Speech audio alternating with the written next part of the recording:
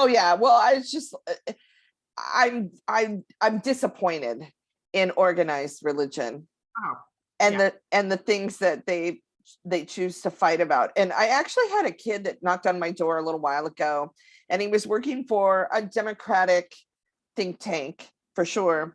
And his Okay. question to me is, what is the one issue for you? And I'm like, God forbid I should ever tell you I have one issue, because I think in order to survive, we kind of have to look at the whole picture. And so he's like, so it's not gun control. I'm like, oh, it's on the list. Gun control is on the list. Poverty's on the list. I got a lot of shit on my list of things that I'm like, I don't want to ever say to one of my politicians, oh, look, don't worry about any of these other things. Just pick one thing and make it happen. And that's, I feel, a lot of very committed religious people that choose not to think about the whole picture are mucking up our world. They've also been used in a lot of ways. I mean, the Yeah. evangelicals didn't really start voting until the 1980s. They were not considered, but the Republican Party recognized that they needed the evangelicals. They needed to try to figure out a way, because they were going to lose if they didn't get it. Right. But you know what?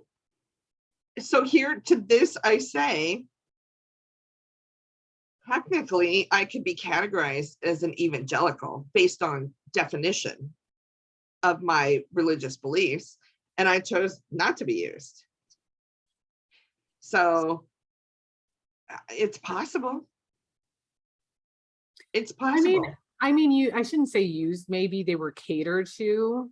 I mean, that's kind of like what I guess it's very similar to what I feel like I heard with this Democratic strategist saying, we just need to hone in basically on these educated suburban voters, as opposed, and I think the Republicans in the 80s were like, we need this group, we're honing in on them. What's important? Oh, abortion. And that's where abortion just became a driving force. I was reading that even when Roe v. Wade happened, there were, especially the Barry Goldwater Republicans, they fully supported it. Because it was about choice. It was about the government not being involved in your life.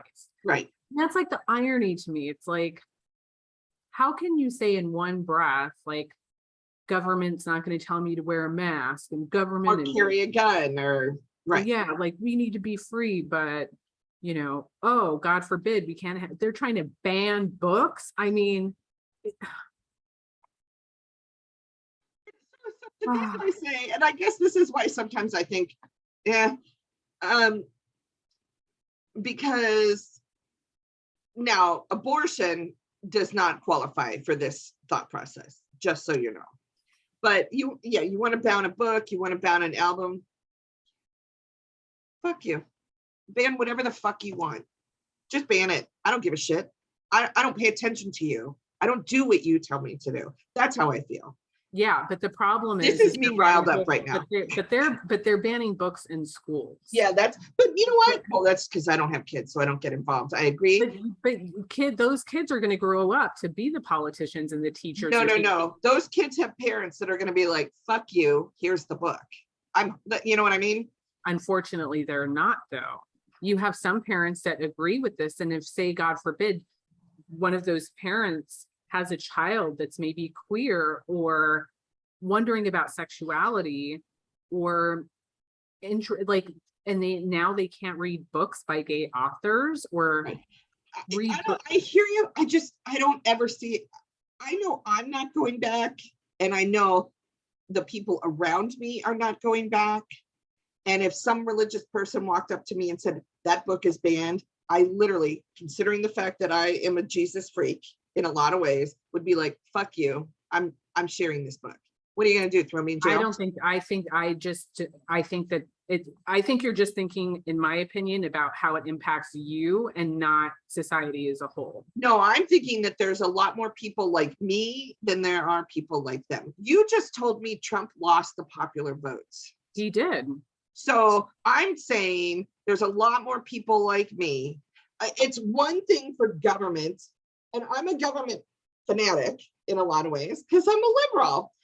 It's one thing for the government to say these are banned, or you can't use this bathroom, or you can't do this. And it's another thing for an entire city to be like, yeah, no, we're not doing that. Mind you, I live in Las Vegas. So it's easy for me to say that because I know the general Vegas philosophy. Right. And that's the thing. It's like you're in Vegas, I'm in New York City, fairly liberal cities, but it's more about those people who are in North or South Carolina or North Dakota, or like they're not going to have representation or people advocating or fighting for them potentially, because this is where the government intervention is so important for progress. If they're banning those books and eliminating, and all of a sudden all you're hearing is how horrible you are, and like, then Yes, who knows what's going to happen? But none of that has actually happened yet. What book has been banned? They're banning books in school districts all across the country. Okay, so but it's not a vote for government. It's individual people in school districts that think they know what's best for those people. The So you loudest. move out of those school districts. Let those I think school that's, districts. I think govern. that's a lot easier said than done. And you talk about poverty. If you are living in poverty, it's a lot more difficult to move than if you're in the middle class or above. Right. But what isn't difficult is to not send your kids to that school. But that's not true, Sherry. I mean, it's simply not true. Think about the woman in Ohio who used her friend's address to send her kids to a better school. They fucking put her in prison for 5 years. See, now that is still in great. prison. That's where we need to adjust our thought It's process. total bullshit. I mean, my parents used my There's friend's voucher address, systems. but not in all states, not in all cities. They're But all see, different. oh yeah, we're totally going to disagree on this. I can see. I am tired of regulating morality. I'm tired of it. You have to. What do you, Sherry, what the fuck do you think the civil rights movement was? Seriously, what do you think the No, civil that's rights exactly what I'm saying. So I'm movement not. I'm was saying regulating morality?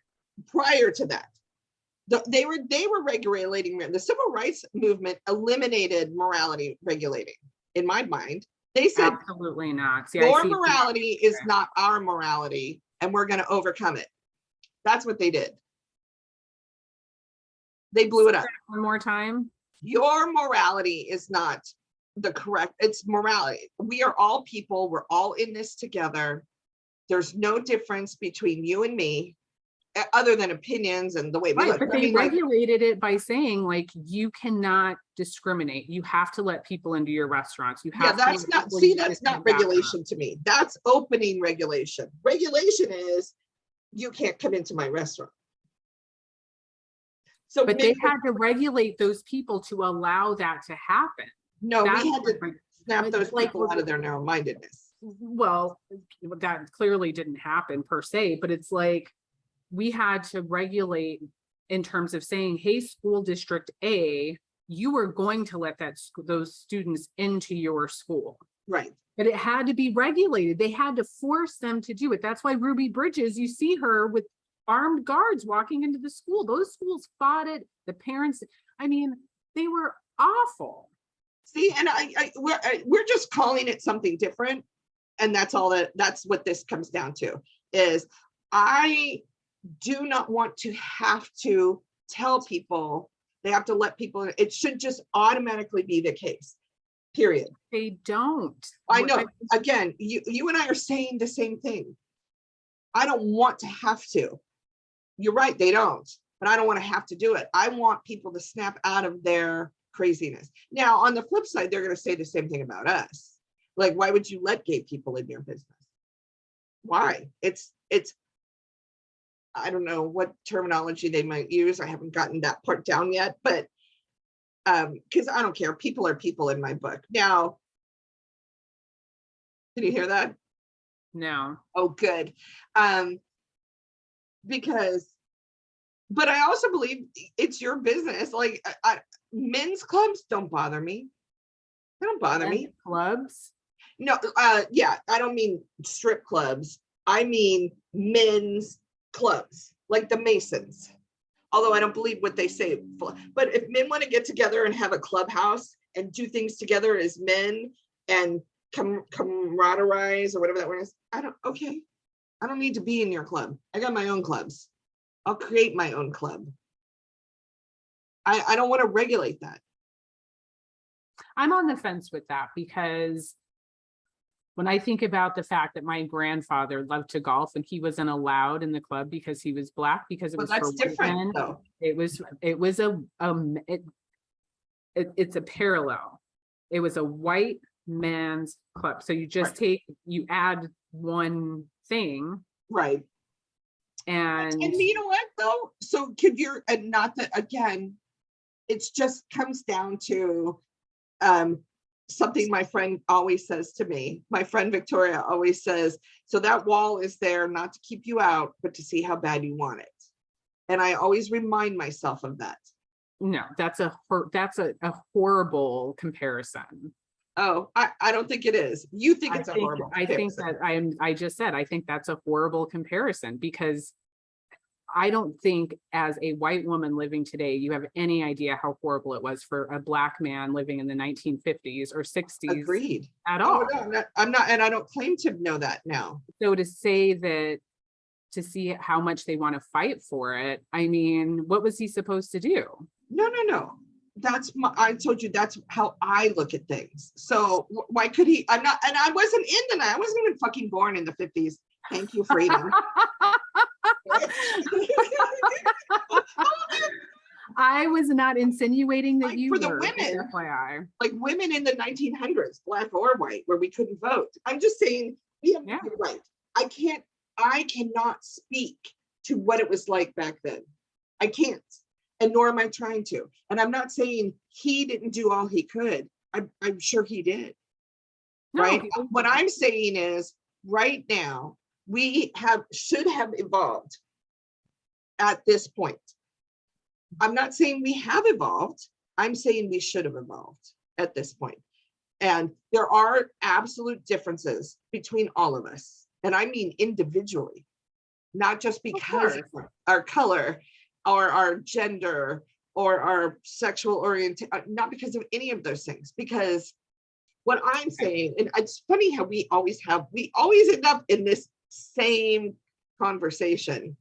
And that's interesting. That's one of the reasons why we do this, is I love that we don't agree about everything, because it helps me. I'm not discounting anything you're saying at all. All I'm saying is I wish we lived in a place where we didn't have to do those things. Like, I wish we lived where other people realize that they're just other people. But that's just not reality. I mean, I think people wish they could, instead of having the perfect job, have no job and just get paid for breathing and existing. Oh, well, that's yes, but it's the same thing. It's the same exact thing. It's just not realistic. Right. It's too bad. That's too bad. I would agree with that. It is too bad, but it's not good. It will never. We're human. It's just not interesting. And that's why I think Jesus would be unhappy with us. Like, regardless, is I think at Jesus's core, he cared about his fellow man.